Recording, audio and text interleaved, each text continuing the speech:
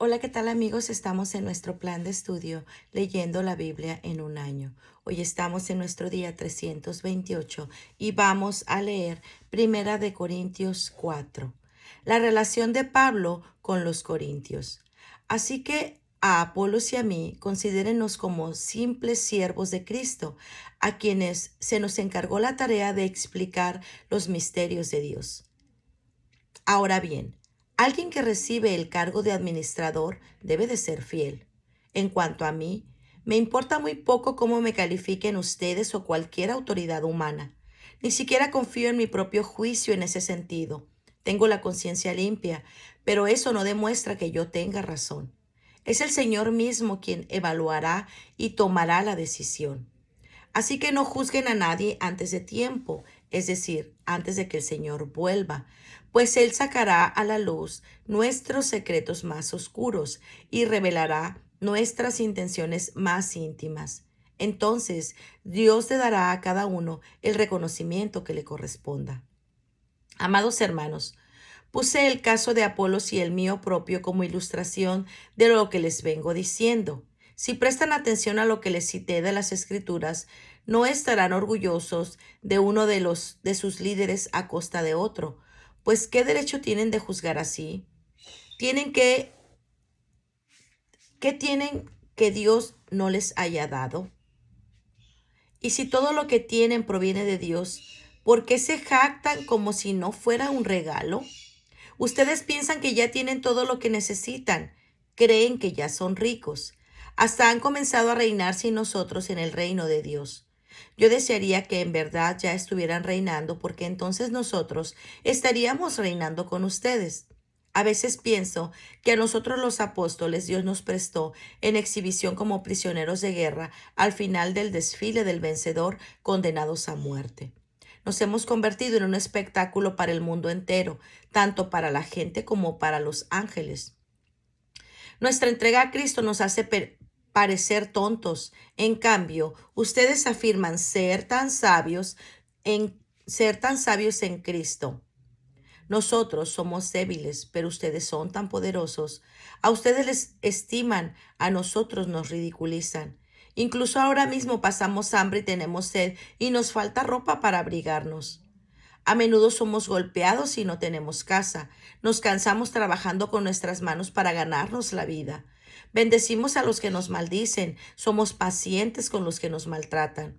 Respondemos con gentileza cuando dicen cosas malas de nosotros. Aún así, se nos trata como la basura del mundo, como el desperdicio de todos hasta este preciso momento. No les escribo estas cosas para avergonzarlos, sino para advertirles como mis amados hijos. Pues aunque tuviera 10,000 maestros que les enseñaran acerca de Cristo, tienen solo un Padre espiritual, pues me convertí en su Padre en Cristo Jesús cuando les prediqué la buena noticia. Así que les ruego que me imiten. Por esa razón les envié a Timoteo, mi fiel y amado hijo en el Señor.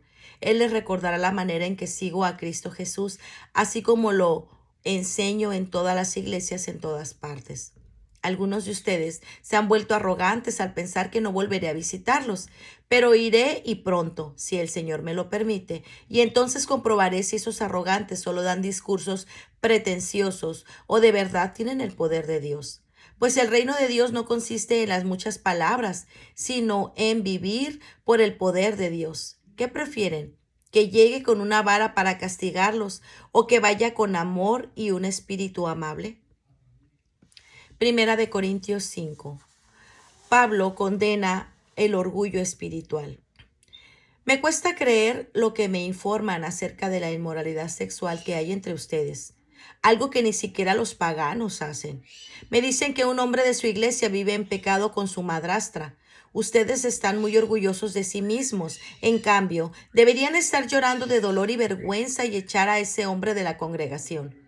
Aunque no estoy con ustedes en persona, sí lo estoy en el espíritu. Y como si estuviera ahí, ya emití mi juicio sobre ese hombre en el nombre del Señor Jesús. Ustedes deben convocar una reunión en la iglesia. Yo estaré presente en el espíritu igual que el poder de nuestro Señor Jesús.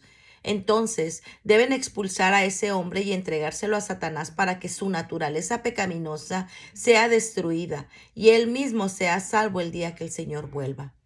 Es terrible que se jacten sobre, sobre dicho asunto. ¿No se dan cuenta de que ese pecado es como un poco de levadura que impregna toda la masa?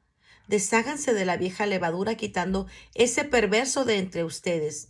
Entonces serán como una nueva masa preparada sin levadura, que es lo que realmente son. Cristo, nuestro Cordero Pascual, ha sido sacrificado por nosotros. Por lo tanto, celebremos el festival no con el viejo pan de perversidad y maldad, sino con el nuevo pan de sinceridad y verdad.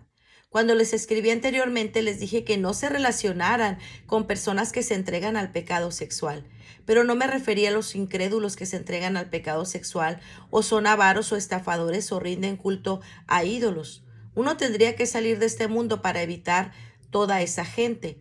Lo que quise decir es, no se relacionen con ninguno que afirma ser creyente y aún así se entrega al pecado sexual o es avaro o rinde culto a ídolos o resulta o insulta o es borracho o estafador.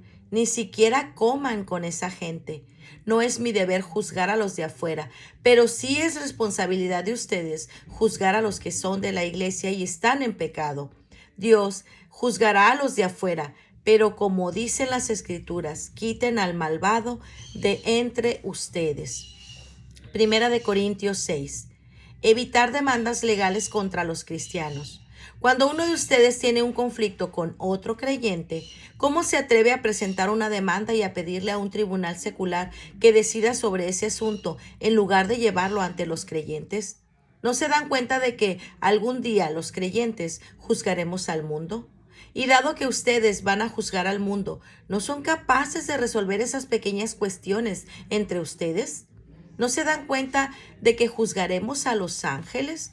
Así que deberían ser capaces de resolver los conflictos comunes y corrientes que ocurren en esta vida. Si tienen conflictos legales acerca de tales asuntos, ¿por qué acuden a jueces que son de afuera y no son respetados por la iglesia? Digo esto para que se avergüencen. No hay nadie en toda la iglesia con suficiente sabiduría para decidir sobre estos temas. En cambio, un creyente demanda a otro justo frente a los incrédulos. El hecho de que tengan semejantes demandas legales unos contra otros en sí es una derrota para ustedes. ¿Por qué mejor no aceptar la injusticia y dejar ese asunto como está? ¿Por qué no se dejan estafar?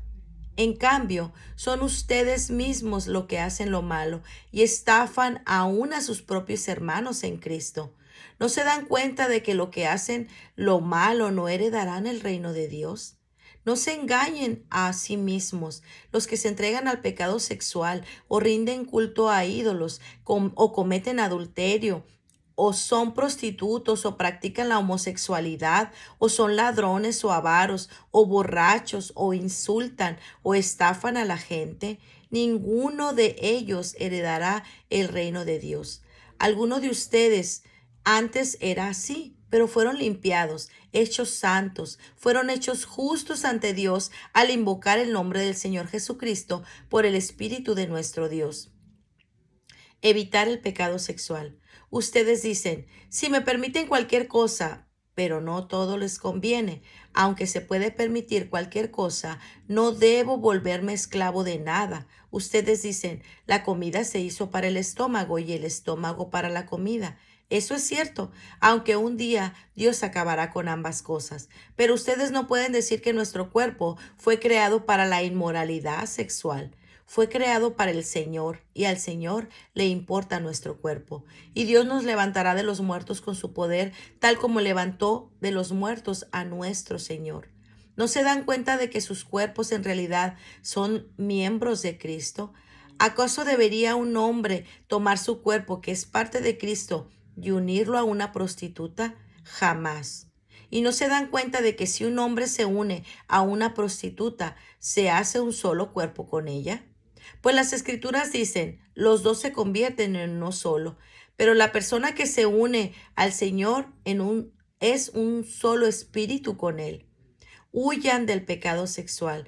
Ningún otro pecado afecta tanto el cuerpo como este, porque la inmoralidad sexual es un pecado contra el propio cuerpo. ¿No se dan cuenta de que su cuerpo es el templo del Espíritu Santo que vive en ustedes y les fue dado por Dios? Ustedes no se pertenecen a sí mismos, porque Dios los compró a un precio alto. Por lo tanto, honren a Dios con su cuerpo. Pues muy bien, amigos, este ha sido nuestro día 328. Nos vemos el día de mañana. Que el Señor les bendiga grandemente. Hasta pronto. Bendiciones.